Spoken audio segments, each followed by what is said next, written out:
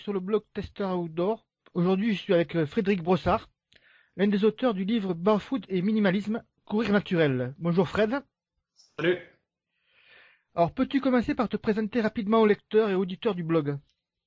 Bon, ça va aller vite, hein. Donc, Frédéric Brossard, 45 ans, marié, 2 enfants, ingénieur de formation, pratiquant de course à pied depuis pas très longtemps, en fait, depuis 6 ou 7 ans, coureur minimaliste depuis 3 bonnes années.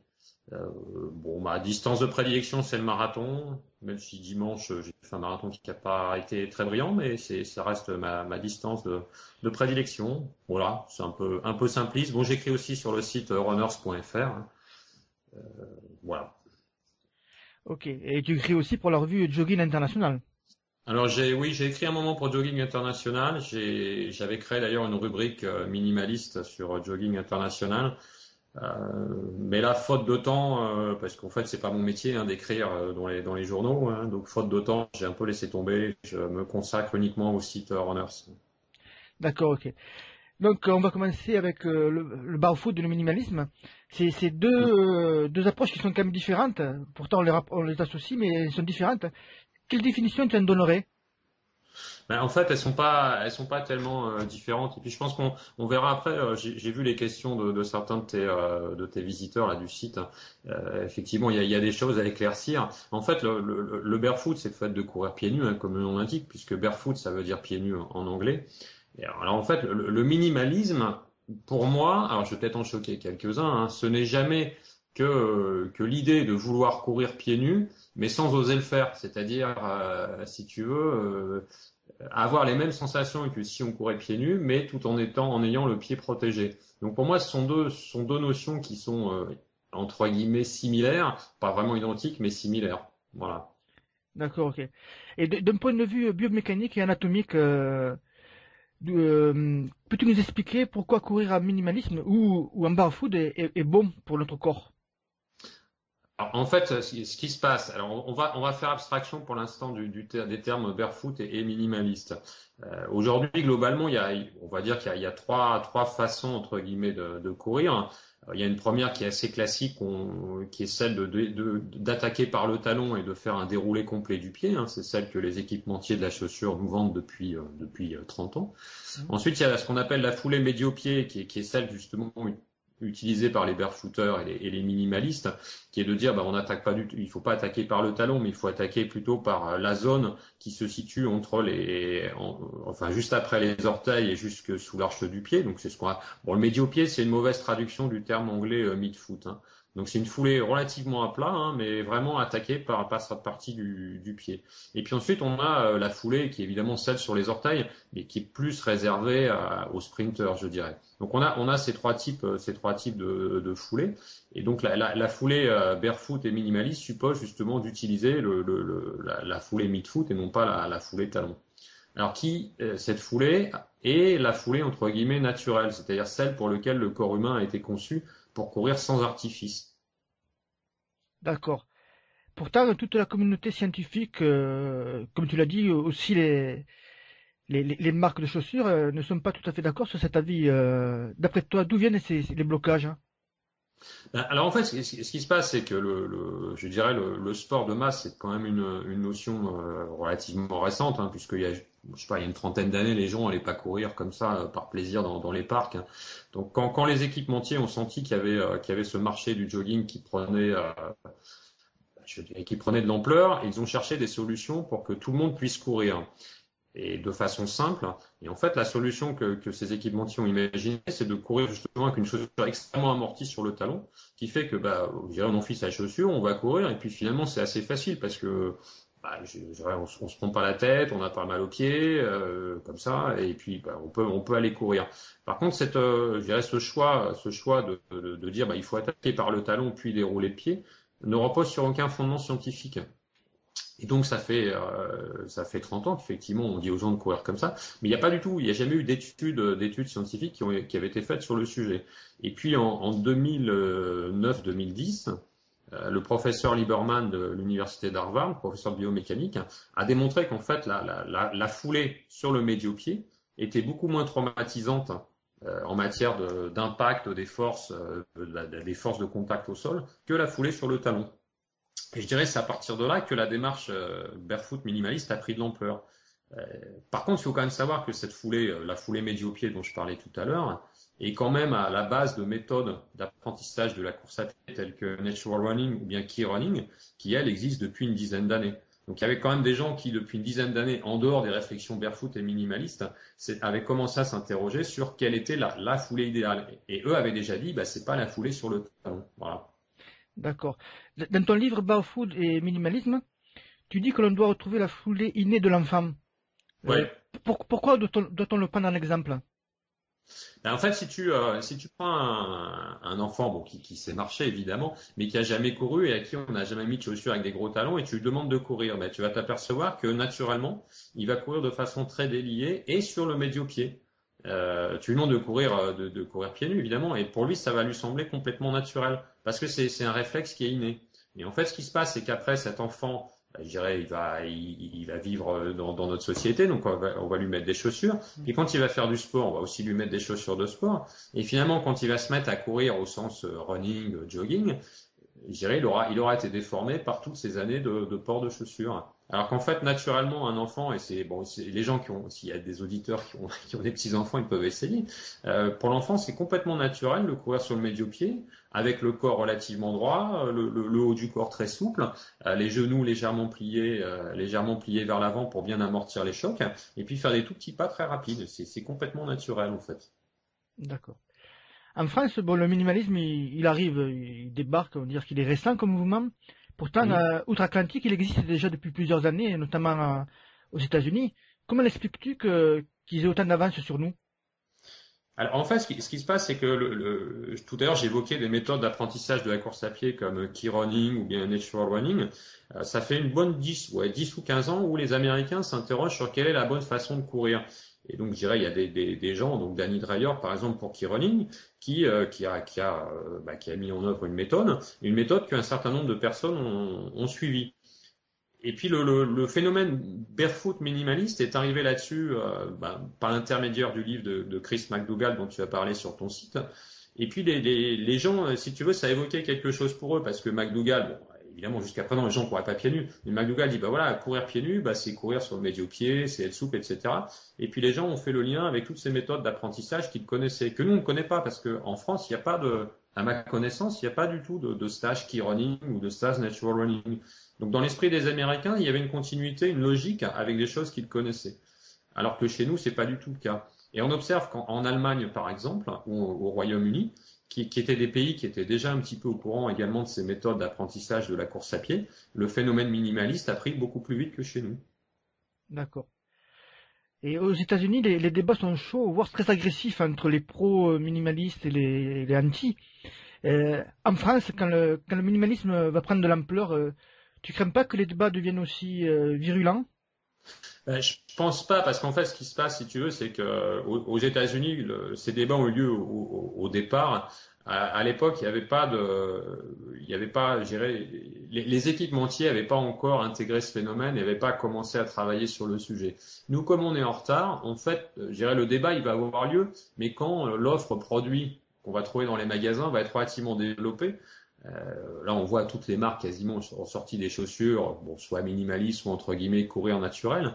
Et finalement, en expliquant à chaque fois qu'ils vendent ces modèles, comment les utiliser, si tu veux.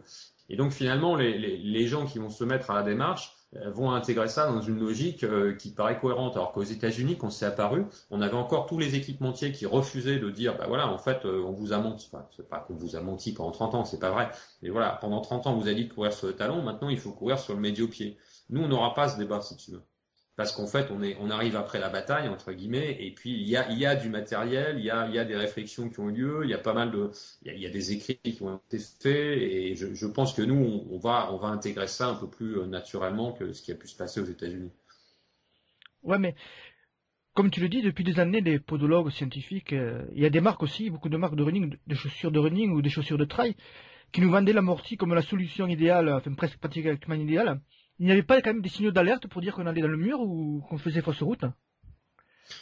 Tu sais, c'est très difficile à dire, hein, parce que quelque part, on pourrait prendre l'exemple des blessures. McDougall, c'est ce qu'il fait dans son bouquin, hein. Il dit que 70% des coureurs à pied sont blessés. Ce qui est vrai, hein, c'est logique. Bon, après, les blessures sont plus ou moins graves.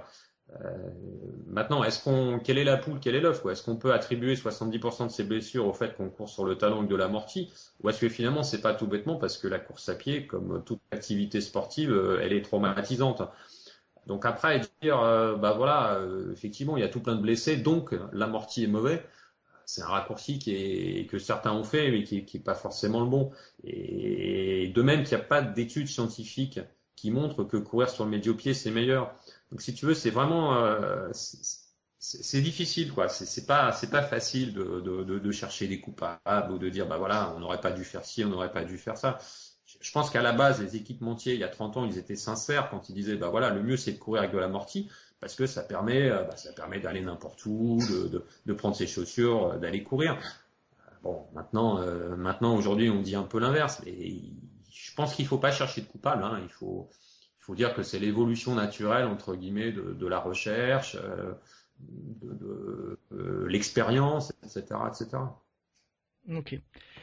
Tu as dit tout à l'heure, au tout début, que tu courais en minimaliste depuis 2-3 ans. Ouais. Comment es-tu venu à découvrir cette tendance?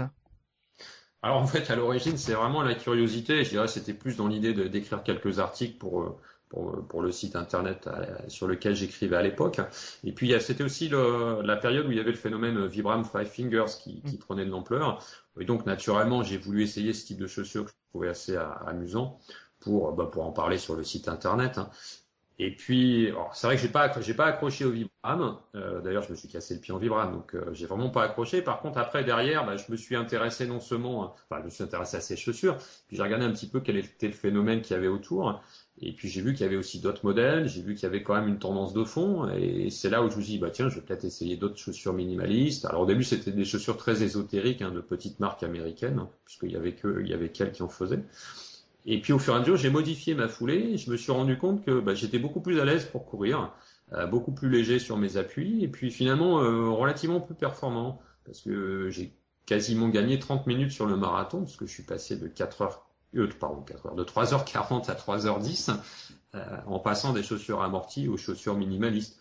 Donc si tu veux, moi je me suis dit tiens, je suis plus à l'aise, je suis plus performant, je vais continuer. Donc au départ, c'était vraiment le hasard, l'idée de dire tiens, je vais tenter une expérience amusante. Et puis après j'étais tellement bien à courir comme ça, pourquoi pas continuer, quoi. Ok. D'après toi, quels sont les inconvénients au niveau des blessures, au niveau du minimaliste? En fait, l'inconvénient principal du minimaliste, si tu veux, c'est la phase dite de transition. C'est-à-dire qu'on a perdu cette habitude, enfin cette innée qui était la foulée naturelle, et puis il faut quelque part il faut la retrouver. C'est-à-dire que si tu enfiles des chaussures extrêmement minimalistes ou que tu cours pieds nus, c'est évident que tu vas pas pouvoir courir sur le talon parce que immédiatement tu vas avoir mal. Donc et en plus tu vas devoir modifier ta foulée, c'est-à-dire d'une foulée où tu attaques par le talon avec le centre de gravité en arrière et où tu déroules le pied, tu vas devoir passer à une foulée où tu as le centre de gravité à l'aplomb de l'impact et puis un impact sur le médio-pied. Et c'est pas des choses qui sont immédiates. Et tu vas modifier en fait toutes tes attitudes. Donc tu vas solliciter tes muscles différemment, tu vas solliciter ton squelette différemment, tu vas solliciter tes tendons différemment. Ce qui fait qu'au départ, si tu vas trop vite, tu risques effectivement tu risques des blessures. Donc il y a une blessure qui est relativement classique en minimaliste, hein, c'est la fracture de fatigue d'un métatarse par exemple. Donc surtout si tu fais du minimalisme sur route, soit barefoot, soit avec des chaussures type les Vibram, le fait d'avoir des répétitions d'impact sur le médio-pied alors que tu n'es pas habitué, que ton pied n'est pas encore remusclé, je dirais c'est assez radical, hein, c'est la fracture de fatigue assurée. De même que tu peux ressentir des douleurs sur le dessus du pied, douleurs dont la cause est clairement la pratique du minimalisme au départ. Donc je dirais il y a tout cet ensemble, toute cette phase de transition qui est assez longue où il faut laisser le temps au corps de s'habituer. Donc si tu vas trop vite, c'est quasiment certain que tu vas te blesser. Voilà. Alors après, par contre, maintenant, je n'ai pas de recul suffisant pour te dire, est-ce que dans 5 ans, on va pas s'apercevoir que courir sur le médio-pied, alors certes, on a plus de tendinite du tendon d'Achille, mais peut-être qu'on a une autre pathologie je dirais, qui est plus fréquente chez les coureurs médio-pieds que chez les coureurs talons. Tout ça, si tu veux, on manque d'expérience et de recul pour le dire, quoi. D'ailleurs, dans ton livre, tu préconises une progressivité dans les entraînements. Tu pourrais en décrire les principes aux lecteurs et aux éditeurs? Ouais, alors l'idée c'est de dire qu'une bonne transition minimaliste, euh, alors ça dépend des caractéristiques physiques de chacun, hein, mais je dirais une bonne transition minimaliste, on peut considérer que c'est minimum 3 mois. Donc il faut introduire progressivement une dose de foulée médio-pied dans les entraînements. Donc commencer par exemple la première semaine par 5 minutes à la fin d'une séance d'entraînement. Alors l'idéal, ça serait de faire pieds nus, parce que pieds nus, on met en jeu tout l'aspect sensoriel, et c'est certain que c'est plus facile, je dirais, de se mettre à la foulée médio-pied que pieds nus qu'avec des chaussures minimalistes. Bon, maintenant, tout le monde peut pas courir pieds nus, et ce que je comprends fort bien, hein. Donc l'idée, c'est de dire la première semaine, on fait 5 minutes à la fin de chaque entraînement.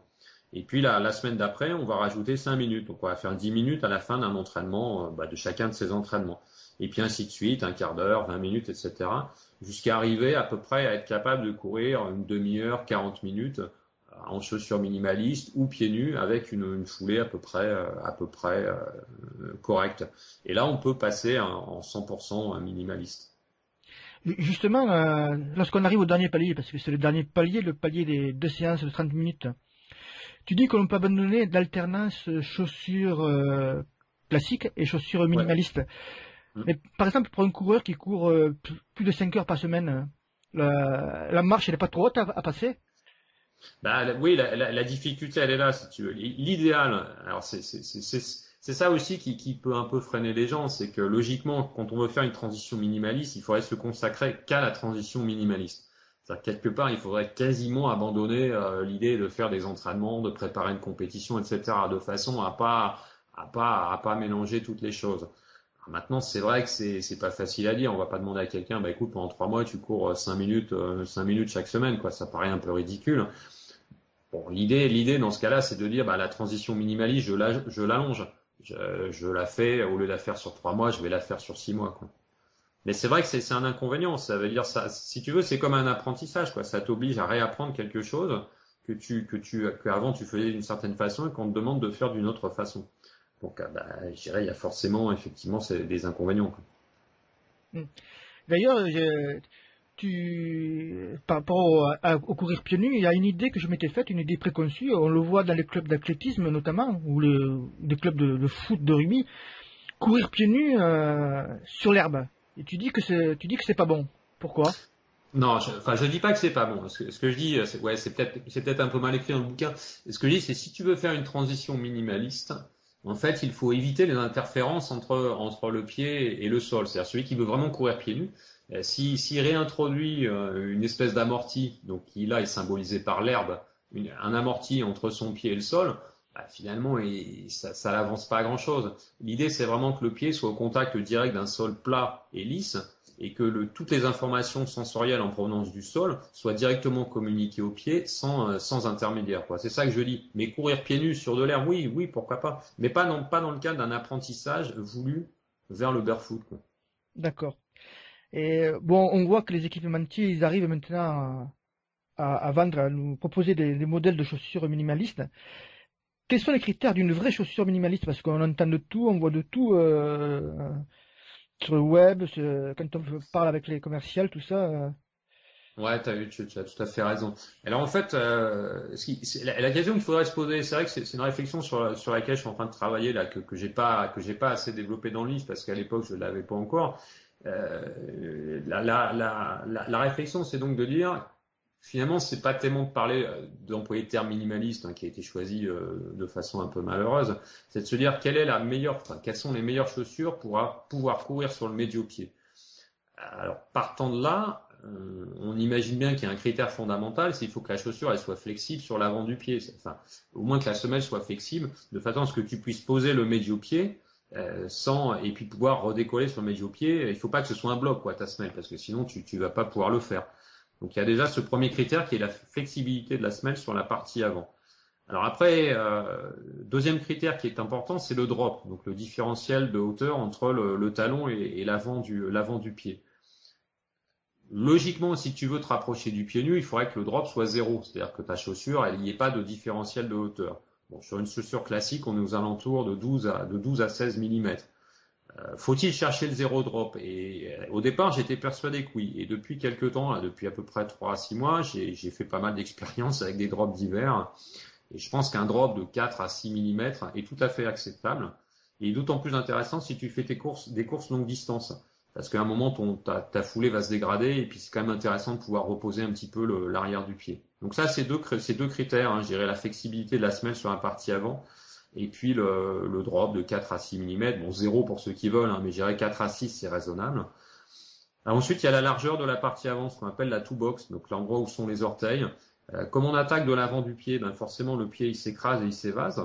Donc c'est intéressant d'avoir une toe box qui est large, ce qui n'est pas le cas de la plupart des chaussures, où on est vraiment très serré à l'avant. Alors sorti de là, après il reste la question de l'amorti. Faut-il ou pas une semelle épaisse et amortie? Moi, au départ, c'est pareil, j'étais parti dans l'idée de dire il faut une semelle la plus fine possible, et puis pour bien sentir le sol, etc. Et puis je me dis finalement, pour que les gens adhèrent à entre guillemets la bonne foulée, c'est pas forcément utile de les obliger à porter une semelle ultra fine, au travers de laquelle ils vont ressentir les aspérités du sol, etc. Quelque part, on peut tolérer que la semelle ait une certaine épaisseur, même un certain amorti, à partir du moment où il est réparti et qu'il n'y a pas cette notion de gros amorti sous le talon, quoi. Voilà, je sais pas si je suis très clair. Oh si, c'est clair, hein. Moi j'ai tout compris. Et Bon, bah ça, alors. du coup, il y a moins de matière, moins d'amorti dans les chaussures. Ouais. Et pourtant, les prix de ces dernières restent élevés. C'est quand même assez paradoxal, non? C'est toujours la question qui tue, ça. Bon, en fait, on peut justifier. On peut justifier ouais, si on peut justifier de deux façons, en fait, c'est un peu tiré par les cheveux. La première, c'est de dire, bah, finalement, toutes les chaussures qui sortent aujourd'hui amorties, elles bénéficient du fruit des travaux qui ont été faits auparavant sur leur devancière. Donc, quelque part, les frais d'études, à chaque fois, ils sont moindres puisque tu pars d'une chaussure existante pour en faire une nouvelle. Par contre, une chaussure minimaliste, aujourd'hui, les équipementiers n'avaient pas de référence dans leur base de données. Donc, ils ont été obligés de la recréer de zéro, avec des frais donc de recherche et développement forcément plus élevés, quoi.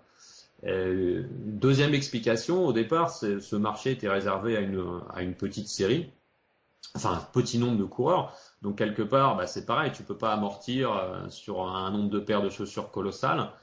Le prix de revient, enfin les coûts de développement, les coûts de fabrication de ta chaussure. Bon, ceci peut expliquer cela, hein. Troisième explication, jouer sur le phénomène de mode, évidemment, hein, puisque le but de l'équipementier, c'est pas une entreprise philanthropique, hein, c'est de gagner de l'argent.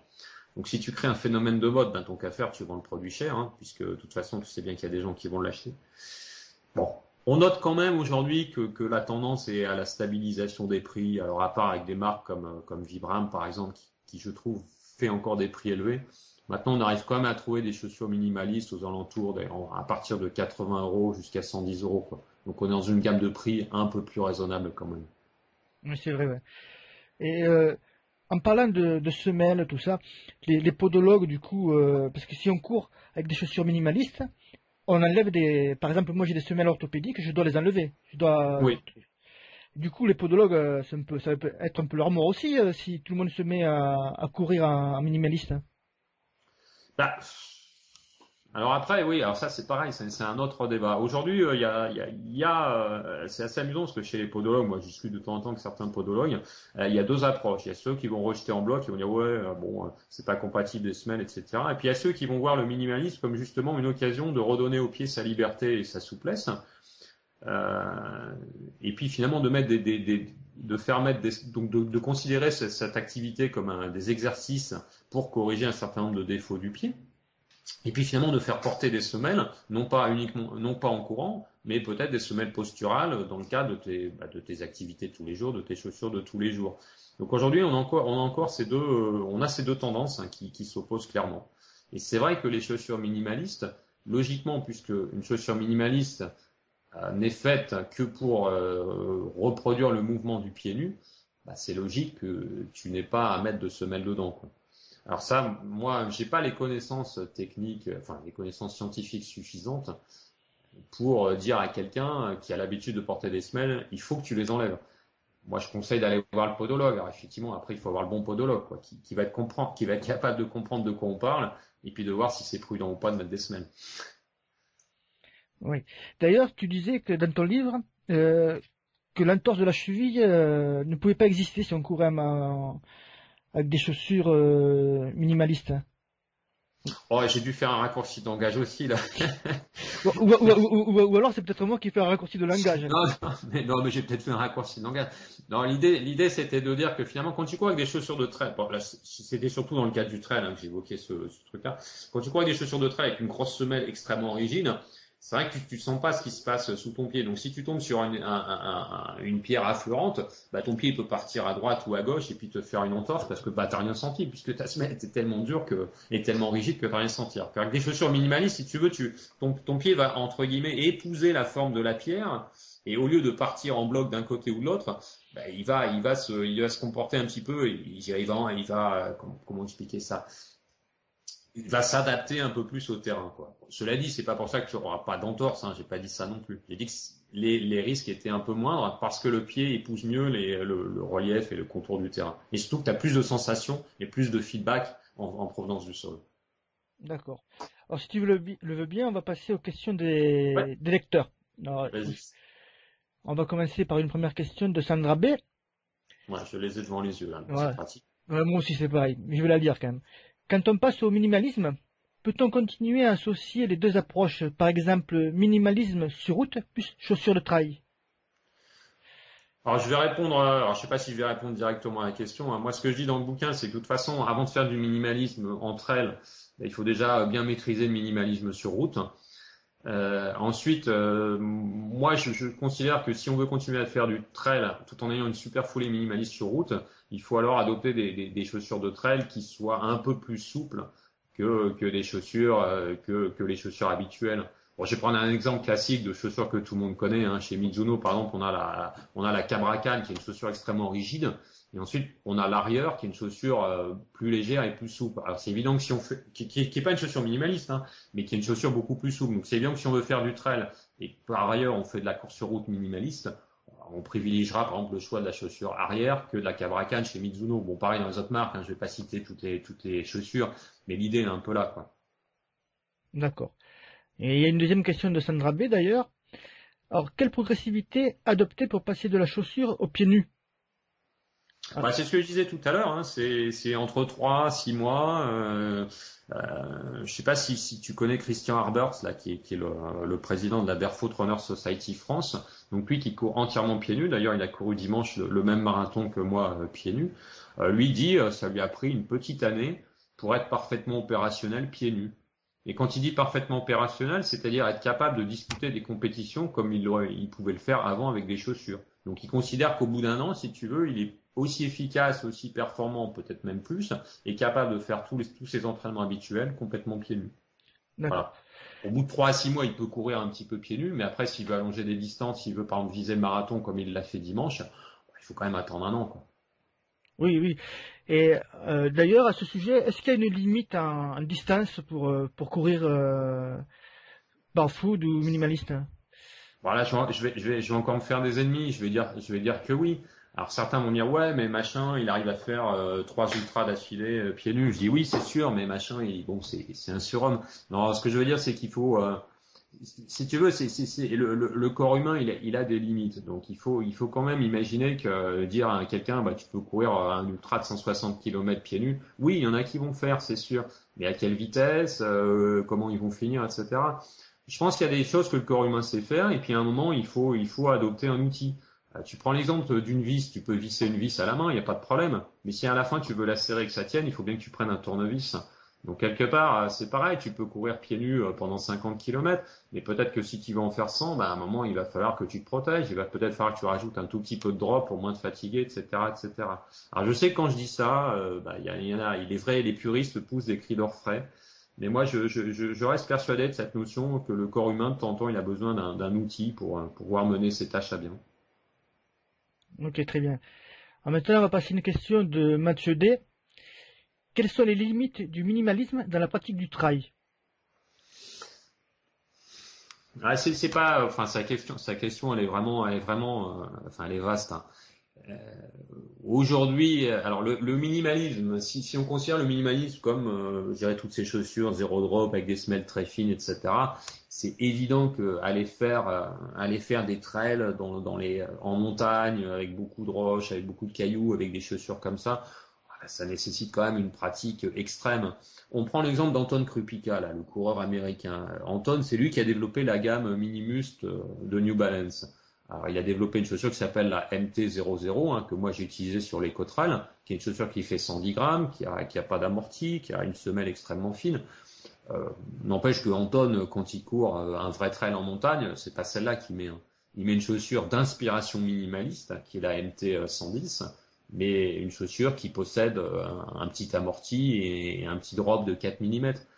Donc si tu veux, il n'y a pas de limite en tant que telle, mais par contre, je rejoins ma notion d'outil. Il faut alors adapter ton matériel à la course en question. Tu vois ce que je veux dire? Oui, tout à fait. Ouais.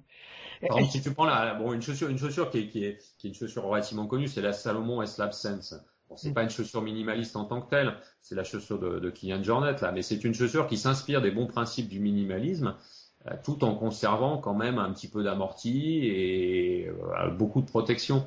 Donc c'est une chaussure qu'on peut tout à fait utiliser en montagne sur des trails difficiles, donc tout en courant entre guillemets minimaliste, mais en étant protégé quoi. D'accord. Et dans les limites par rapport à la pratique du trail, tu le soulignes dans le livre, il y a les descentes. Oui, alors les descentes, effectivement, les descentes en chaussures minimalistes sont assez difficiles. Il faut vraiment faire des tout petits pas sur l'avant du pied. Ça se travaille, hein, c'est franchement délicat.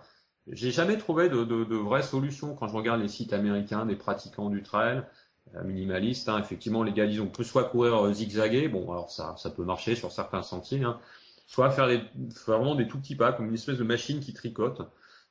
C'est jamais facile non plus, hein. C'est faire des tout petits pas avec les genoux qui bagonnent dans tous les sens, ça va sur une petite descente. Quand tu as 300 ou 400 mètres à descendre, à la fin, tu commences à en avoir un peu marre, hein, quand même. Oui, tout à fait. Ouais. Ouais, Après, j'ai une question de Adolphe de toi. Alors, ouais. il dit l'utilisation de chaussures minimalistes entraîne une modification de la foulée vers une foulée plus naturelle, pour éviter notamment les traumatismes. Ouais.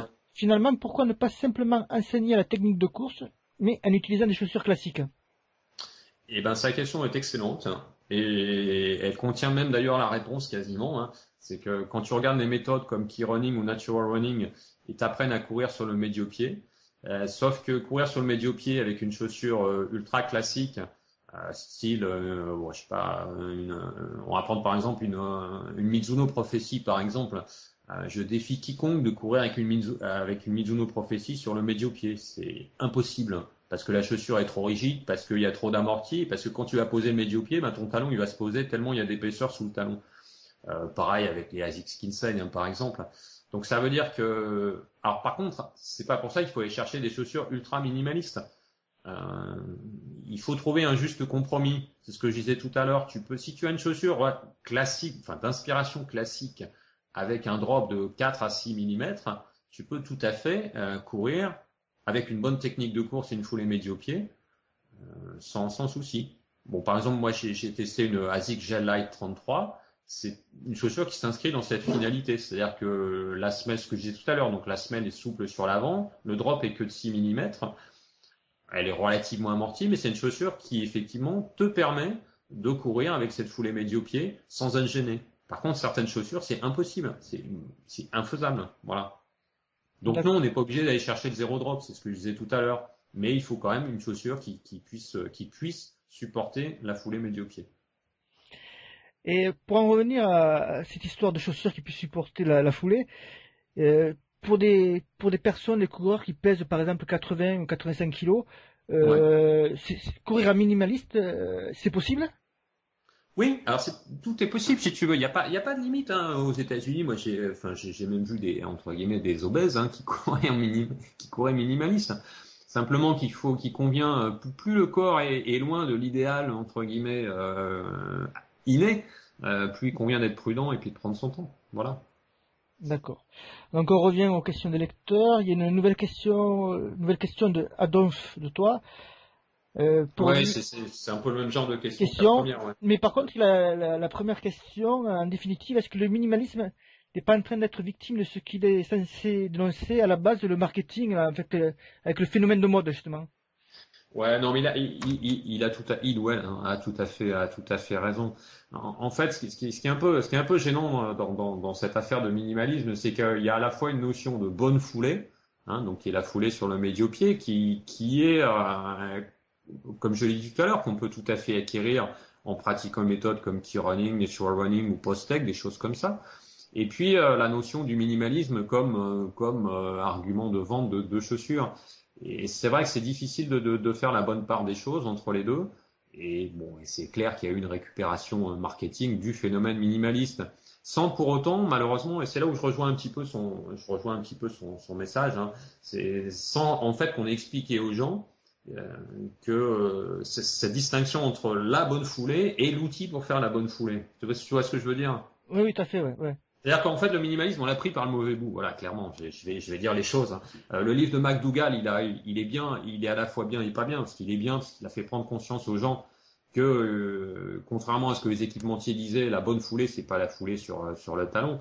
Puis en même temps, il est pas bien parce qu'il a introduit cette notion de barefoot et de zéro drop, etc., qui est pas forcément la réponse grand public à cette nécessité de changer de foulée, quoi. C'est le mieux est toujours l'ennemi du bien, comme on dit. C'est à force de dire, bah voilà, pour avoir la bonne foulée, il faut courir pieds nus.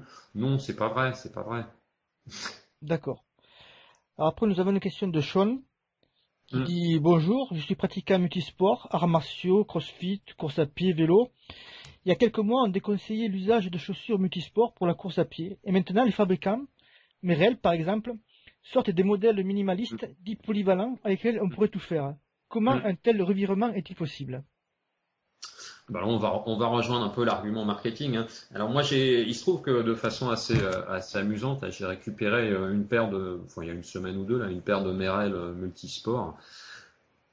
Alors enfin, ce qu'on appelle des Merrell multisport, hein, c'est quand même à la base une chaussure qui a été faite pour courir. Dans l'esprit Merrell, hein, qui est de faire une chaussure minimaliste avec peu de drop, avec une semelle pas trop épaisse, mais quand même relativement amortie. Alors après, c'est un peu l'idée de dire avec cette chaussure, vous pouvez faire autre chose que de courir. Oui, c'est sûr, mais comme on peut le faire avec, pourquoi? Parce que la chaussure est pas typée. Parce qu'en fait, le problème des chaussures de course à pied, quelque part, les anciennes, entre guillemets, les classiques, c'est qu'elles sont faites pour aller dans un seul sens, c'est-à-dire pour courir dans le même sens que la route. Donc tu peux pas, clairement, tu peux pas faire des mouvements de côté, hein. Comme jouer au tennis, par exemple, avec une chaussure de running, c'est quand même un truc casse-gueule, quoi, quelque part. Avec ces chaussures de type Merrell, où finalement les semelles il n'y a pas de drop, les semelles sont assez plates, il n'y a pas de soutien d'arche, bah, tu as ton pied à plat et tu peux aussi bien aller vers l'avant que vers le côté sans risque. Tu n'as pas de risque de tordre la cheville parce que tu pars sur le côté avec la chaussure. Tu vois ce que je veux dire? Tout à fait, tout à fait. Après c'est pareil, c'est un argument marketing, c'est de dire bah voilà, la chaussure vous pouvez l'utiliser pour tout faire. Bon. D'accord. Après, nous avons une question de Romain Ouais. qui dit qu'il est coureur reconverti minimaliste et qui court en Vivo Barfoot Ultramens, sans le chausson. Alors, il demande si tu as testé ces chaussures et si oui, qu'en penses-tu? J'ai pas, non, non, les ultras, j'ai pas couru avec, mais les ultras, je me souviens plus lesquels c'est. C'est celles qui sont tout ajourées, ça, je crois, non? Je crois que c'est celle-là, ouais. Moi des Vivo Barfoot, mais pas Ultramens. Moi j'ai des Vivo Barfoot de Trail. Ouais. Donc, mais Ouais. Je regarde, j'ouvre Google en même temps là que je te parle pour regarder si c'est bien celles auxquelles je pense les ultras là. Oui, d'accord, c'est ça, c'est des chaussures avec qui sont complètement ajourées, ouais. Moi, non, j'ai jamais couru avec les ultras, donc là, je sais pas répondre à la question, là. mais quand il dit enlever le chausson, c'est enlever la semelle intérieure. Je pense qu'il Non, non, mais je crois que comme ce sont des chaussures, c'est des chaussures en fait, c'est des espèces de chaussures en plastique pleines de trous. Et il me semble qu'à l'intérieur, il y a un chausson que tu peux mettre, hein, il me semble, en plus. d'accord, ok, parce que je le connais pas du tout non Il me plus. semble, hein, bon, je vais pas dire de bêtises parce que je la connais pas bien cette chaussure. J'avais voulu la tester une époque et puis ça s'était pas fait. Donc là, je préfère pas répondre parce que non, je sais pas répondre, là. D'accord, ok. Après, nous avons une question, enfin plusieurs questions de Valérie. est-ce qu'on a par exemple plus ou moins de risques d'avoir des ampoules?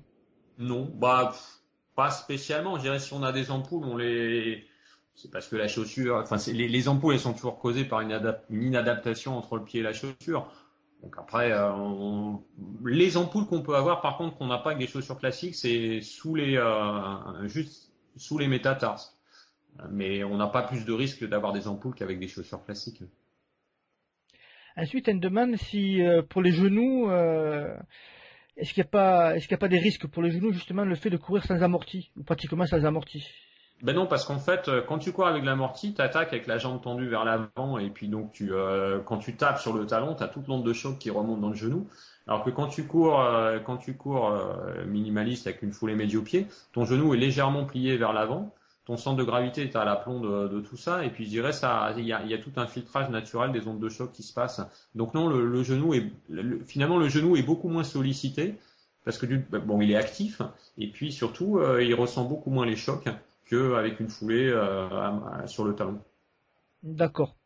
Et du coup, bon, on se sent plus léger à courir avec des chaussures minimalistes que des chaussures classiques. Ça paraît logique, non? Ah bah oui, clairement, oui, oui, clairement. Clairement. Bah, il faut bien voir qu'en fait, la foulée talon, quand on réfléchit, quand on attaque avec la jambe tendue devant, on induit un effet de freinage par rapport au déplacement, parce que finalement, on tape, et donc on se freine par rapport au sens dans lequel on est en train de courir. Alors qu'en fait, en minimaliste, comme tu avances en posant le pied, bah, tu es toujours dans le même sens, donc tu es forcément plus léger, puisque tu te freines pas quelque part. D'accord. Après, nous passons à une question de Bruno76. Alors, Attends, elle avait encore une dernière question qui était est-ce que certains terrains sont plus ou moins adaptés? Oui, oui, oui, elle a tout à fait raison. Alors, les super spécialistes du barefoot et du minimalisme sont capables de courir n'importe où. Je dirais pour le grand public, c'est évident que courir sur des gravillons, par exemple, pieds nus, ça restera, même si on est un spécialiste du minimalisme, ça restera quelque chose de particulièrement désagréable. d'accord. Merci de l'avoir. Oui, c'est vrai, j'avais oublié cette question. Alors, on passe à Bruno76 qui dit bonjour Jean-Marc. Et d'abord, mille merci pour cette initiative qui permet effectivement de faire avancer le débat et donc d'enrichir les connaissances de la communauté des coureurs. Alors, il a lu avec beaucoup d'attention ton livre, hein, celui de Frédéric. Ouais, ouais, oui, j'ai vu sa question. Ouais. Et d'après toi, En fait, c'est ce que je disais tout à l'heure, il me reproche enfin, quelque part, il me reproche d'avoir écrit dans le bouquin que le minimalisme a des limites. Euh, bon, c'est sûr que si je donne un argument, on va me rétorquer oui, mais un tel est capable de faire ci, est capable de faire ça. Moi, je rejoins ma notion enfin, il y a toujours cette notion d'outil là que j'ai développée tout à l'heure. C'est-à-dire que moi, j'estime que pour faire du fractionné, si tu fais du fractionné sur piste, tu fais des 100 mètres sur piste ou des 400 mètres sur piste en appui médio-pied, si tu as une VMA qui est à 18 ou 19 ou 20 km/h, bah, je peux te dire que c'est pas évident de faire ça barefoot ou de faire ça avec des chaussures zéro drop ultra minimalistes. Après, certains vont y arriver, je remets pas en cause, mais moi, je m'adresse au grand public. Si tu veux, dans le bouquin, c'était le but avec Daniel. On voulait pas s'adresser à une petite caste ésotérique. Hein, on voulait s'adresser à Monsieur Tout le Monde. Donc c'est là où on dit, eh ben, les gars, oui, le minimaliste c'est bien. Le minimaliste c'est bien pour courir en endurance, parce que la course innée de l'homme. Si on s'appuie sur le bouquin de McDougall, par exemple, il dit, bah oui, courir sur pieds nus, c'est la façon dont couraient les hommes des cavernes ou nos ancêtres. Oui, certes, mais ils faisaient pas des marathons, les gars. Ils faisaient pas des séances de VMA sur piste, ils faisaient pas ceci, cela. Donc quelque part, si notre corps a été créé pour courir, il a été créé pour courir à une allure raisonnable. Dès qu'on va modifier cette allure, dès qu'on va chercher à aller plus loin, dès qu'on va chercher à aller plus vite, bah, notre corps, il n'a pas forcément été créé pour. Et puis il faut peut-être l'aider, il faut peut-être lui dire, il faut peut-être lui apporter un soutien. Alors quand je dis les limites, c'est vraiment les limites là, c'est plus dans l'esprit des limites du minimalisme, c'est-à-dire de la chaussure minimaliste. Euh, je pense par exemple sur un marathon, on est plus. Moi j'ai couru un marathon avec des chaussures zéro drop sans amorti, hein, des Saucony Atori. Sur la fin, j'étais franchement pas à l'aise. J'aurais aimé d'avoir un peu de drop. Ça m'aurait pas empêché de continuer à courir sur le médio-pied. Mais si tu veux, j'aurais préféré d'avoir un peu de drop pour pouvoir reposer un petit peu mon pied sur les derniers kilomètres. Quoi. Voilà, c'est un peu ça que je dis. C'est pas de dire il faut changer sa foulée si on fait un marathon. C'est pas ça. C'est on garde la même foulée. Par contre, on se munit d'un outil qui permet de nous aider à résister à la distance qui s'allonge, quoi. D'accord. C'est pas clair, hein. Si, je comprends ce que tu veux dire. Mais du coup, par exemple, si on va dire pour un coureur pas chevronné ou expérimenté, qui dans son entraînement a des séances de VMA, des séances de seuil, des séances d'endurance aussi. Alors du coup, est-ce qu'il voudrait pas mieux pour lui alterner entre les chaussures? Réserver des chaussures minimalistes pour les séances d'endurance et pour les compétitions s'il fait des compétitions longues, et pour les fractionnés courts, vraiment remettre des chaussures plus appropriées. Ben, en fait, je pense qu'il faut, c'est là où je disais tout à l'heure que le terme minimaliste, il est pas bon. En fait, il faut distinguer la foulée, donc qui est la foulée mid-foot, qui est la bonne foulée entre guillemets, de la chaussure. Je pense qu'effectivement, on peut courir mid-foot, même à des vitesses élevées, même si à un bout d'un moment, on va plutôt courir sur les orteils, hein, sur des séances de sprint. On peut aussi courir mid-foot sur un marathon, c'est pas un problème. Ce que j'avais voulu lire dans le livre, c'est vrai que c'est pas facile. Les mots sont particulièrement difficiles. Enfin, il est difficile de trouver les bons mots. C'est de dire qu'une chaussure minimaliste, zéro drop, extrême, bah, elle n'est pas forcément adaptée à l'effort en question. Et donc, par contre, elle peut être super agréable pour courir à des vitesses d'endurance 60, 70, enfin 65 à 75% de VMA. Donc peut-être faut-il effectivement faire un certain type d'entraînement avec des chaussures zéro drop, donc pour bien, tout en ayant sa foulée mid-foot habituelle. Et puis par contre, quand on va faire des choses un peu plus difficiles, avoir une chaussure un peu plus adaptée. Moi, aujourd'hui, j'en suis clairement là de ma réflexion. Je vais aller faire des séances, par exemple, quand je vais faire des séances de 1000 mètres, donc qui sont pas des séances de VMA pure, hein, je vais mettre par exemple mes Adidas Adipure Gazelle qui sont des chaussures clairement minimalistes, ultra légères et minimalistes. Quand je vais faire une sortie longue de 2h30, 3 heures, je vais mettre des chaussures qui restent légères, qui ont toujours des caractéristiques de chaussures minimalistes, mais qui sont pas des zéro drop. Hein. Tu vois ce que je veux dire? Tout à fait, tout à fait. J'adapte, mais ça ne m'empêche pas d'avoir la même foulée. Sauf que je sais qu'au bout de 2h30, bah, ma foulée va un peu se dégrader parce que mon corps il est stylé. Hein, je suis pas non plus un athlète de très haut niveau. Hein, et puis bah, je vais avoir besoin peut-être d'un peu de soutien sous le pied, quoi. Voilà. Ok. Alors après, on passe à une question, et je crois que c'est la dernière, de Altenbach, alors qui dit que les coureurs kenyans courent pieds nus et mettent la pâtée à leur adversaire. Donc, le minimalisme n'est pas discutable. Donc, déjà, moi je suis je vais dire en contradiction avec lui. Ouais, Je sais pas si tu as lu le livre Courir avec les Kenyans. non, j'ai pas lu. Non. Et donc, il parlait justement de pourquoi les Kenyans écrasaient. Enfin, il essayait d'analyser pourquoi les Kenyans écrasaient tout le monde sur des distances comme le marathon ou le demi-fond. Et au départ, il était parti justement sur le principe des chaussures minimalistes. Et il s'était aperçu que courir pieds nus, dès leur naissance, leur avait donné un certain avantage. Mais Ouais. que ce n'était pas la seule raison. Parce qu'en fait, les coureurs kenyans, après, ils courent avec des chaussures, on va dire, Ouais, classiques. Hein. ouais, complètement. En général, les coureurs kenyans, je crois qu'ils courent. Enfin, moi, j'ai pas mal d'amis kenyans hein, via Facebook. En fait, les gars, ils courent globalement pieds nus jusqu'à 15-16 ans pour former leurs pieds, c'est-à-dire pour que leurs pieds acquièrent le développement nécessaire des muscles du pied. Parce qu'il faut savoir que dans le pied, il y a des muscles, hein, contrairement à ce qu'on pense. Hein, il y a des muscles, il y a des articulations, enfin, il y a pas mal de choses dans le pied. Donc, ils développent jusqu'à 15-16 ans et après, effectivement, ils passent à des chaussures. Hein. Sauf qu'ils ont ils ont le pied fort entre guillemets, le pied robuste. Donc ça c'est un premier aspect. Et puis après il y a surtout leur façon de s'entraîner. Hein. Ils ont des techniques d'entraînement qui ont rien à voir avec celles qu'on peut pratiquer dans nos pays. Ils font du bicotidien, ils font des entraînements extrêmement intenses, suivis de très longues périodes de repos. C'est-à-dire qu'ils alternent des entraînements franchement monstrueux avec des périodes de repos. Donc pour bénéficier du phénomène de surcompensation juste derrière.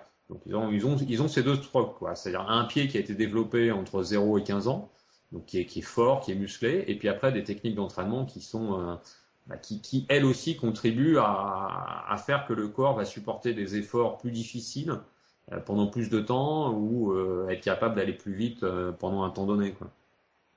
D'accord. Au niveau des entraînements, quand on veut courir ou débuter en chaussures minimalistes ou en barfoot, au niveau de la préparation physique, est-ce qu'on doit l'intensifier, faire des squats, faire du talon-pied, d'autres exercices de ce genre?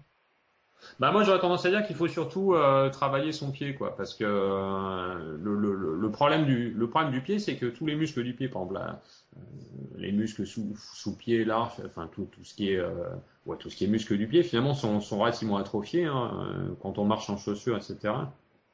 Et je pense que c'est surtout le pied et qui a besoin d'être travaillé pour être musclé. Après, bon, il est toujours bon de faire des exercices. Hein, c'est pas moi qui vais dire qu'il faut pas faire de la préparation physique. C'est toujours mieux, mais c'est pas une obligation. Il faut pas non plus que les gens, il faut pas que l'entraînement ça se transforme en un martyr hein, non plus. Hein. Si tu Oui, as l'habitude de faire de la préparation, continue à en faire. Si t'as pas l'habitude, essaie de travailler un petit peu la souplesse du pied, essaie de marcher un petit peu pieds nus chez toi, quand tu es chez toi dans la journée, etc. Il faut pas se compliquer la vie quand même. d'accord. Faut que ça reste un plaisir. Hein. Oui, tout à fait, faut ça reste un plaisir. Et moi, je te pose pas la dernière question de Altenbach, parce que bon, il demandait si par rapport le prix des chaussures. Et moi, je voudrais revenir sur cet aspect des marques là. Il nous propose aussi des chaussures de transition. Alors, Ouais. est-ce que c'est vraiment utile ou est-ce que c'est purement marketing? Bah, c'est une bonne question. La chaussure de transition, elle a pour but de t'aider à. En fait, mais c'est quoi une chaussure de transition? Une chaussure de transition, pour moi, c'est une chaussure. Alors, c'est ma définition. Hein, c'est une chaussure dans laquelle la semelle a été conçue de façon globalement à t'empêcher de poser le pied sur le talon et puis à te faire basculer immédiatement sur l'avant et sur le médio-pied. Alors, il y a des exemples classiques, hein, c'est les chaussures Newton qui sont bien connues avec leur dispositif sous l'avant du pied, là les patins, tu as les Skechers avec leurs semelles bombées, tu as les Brooks Pure, des choses comme ça. Alors ça, c'est quand même, au départ, j'étais pas très favorable à ce type de chaussures, parce que je me disais finalement c'est quand même mieux d'acquérir la foulée naturellement, euh, en mettant en jeu les mécanismes d'acquisition sensorielle, etc. Et puis je me dis, bon, tout le monde n'a pas forcément le temps de faire ça. Et puis le grand public n'a pas forcément. C'est vrai, c'est pas facile quand même, hein, quoi qu'on en pense, de modifier sa foulée. Alors l'intérêt de ces chaussures, c'est qu'elles permettent de le faire un peu mécaniquement.